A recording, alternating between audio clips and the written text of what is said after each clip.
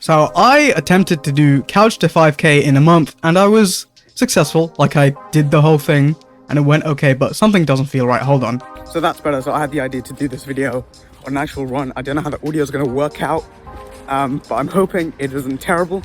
Anyway, let's get going. So I do want to quickly say that I did aim to do Couch to 5k in a month because there's 27 days of running, and I thought I could do 27 days back to back to back to back all in a month. That's not how it ended up going. In reality, it took me, oh god, I stepped in a bottle. It took me like 5 to 6 weeks. That's because after 2 weeks of the schedule, I started to get tired. Like I did the first 2 weeks in 6 days, one run a day, but then I had to take a day's rest before week 3. So yeah, after those first 2 weeks, I got stitches, which is basically just a big pain in your like stomach side area place. I don't know, I got a B in biology. It's like this sharp pain that just stings you. It could be because you're dehydrated, it could be because you didn't stretch. I did both of those things and it was still not working out, so I decided, let me just take a day off, and that's how those breaks happened. Week 3, I did 2 runs back to back. I had to take another day's rest. I kept going like that for a while. I did 2 days, 1 day rest, 2 days, another day's rest, and that was going up to about the end of week 6. I did that, but then with the week 6 runs, moving forward, I had to do 1 run, a day's rest. I kept it going like that. Eventually, I finished in about 6 weeks total. If you haven't already subscribed, hit the subscribe button. Did I do it right? We subscribed yet?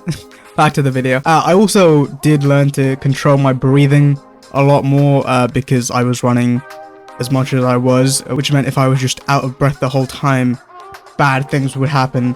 So I tried my best to just focus on my breathing like the most I could. No Demon Slayer type thing, but just I focused on the breathing as much as I possibly could to get more oxygen inside me. Now, I don't recommend you do what I did because I was impatient. I want to get this done as quick as possible, but take rest days. They're important, and if you take more rest, I think the progress will be easier. And just do what the program says, okay? Don't do what I did. I did Couch to 5k. Speed run, don't speed run it. Do it at the pace it says. Also, trying to talk while running is very exhausting. So, yeah. Also, I realized very early on, I think it was about week 3 or week 4, 12 runs or something like that. Trying to do anything consistently and not stopping. My legs hurt, but that's not what stopped me. When stuff did hurt a lot more, like physically, even though the mental stuff was obviously harder than the physical stuff, I bought stuff like this ibuprofen stuff, these ankle compressors, this relief thing, these toe thing. Basically, I bought a lot of stuff to stop the pain, but the pain, regardless of whatever it was, the physical stuff didn't stop me as much as the mental stuff. I thought it was my legs, I thought it was my calves. I thought there was something wrong physically, but mentally, if you just have the mindset to keep going, it works out. It's much more of a mental struggle than you think it would be. It's mental struggle over physical struggle any time over the week. I would also like to point out that before I did this entire thing, I was running on the treadmill at the maximum speed that my treadmill would go on until I got tired pretty much since January.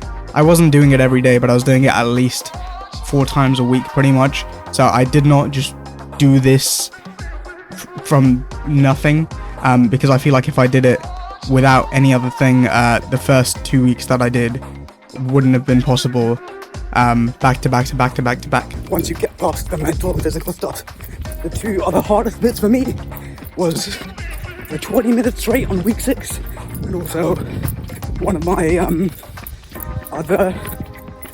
basically one of my last runs where I ran out of data and I had to run with no music. That was terrible because the music kind of keeps you going, but when there's no music, it's silence. You're in your head the whole run, and keeping that going for 5k or half an hour is really hard to do. So get something in your ears to block out your own brain. If you're curious, here is my running music. It is basically exclusively anime openings. But that's fine. They sound good and running is fun with them. Now, I don't want to drag this video out longer than it needs to be.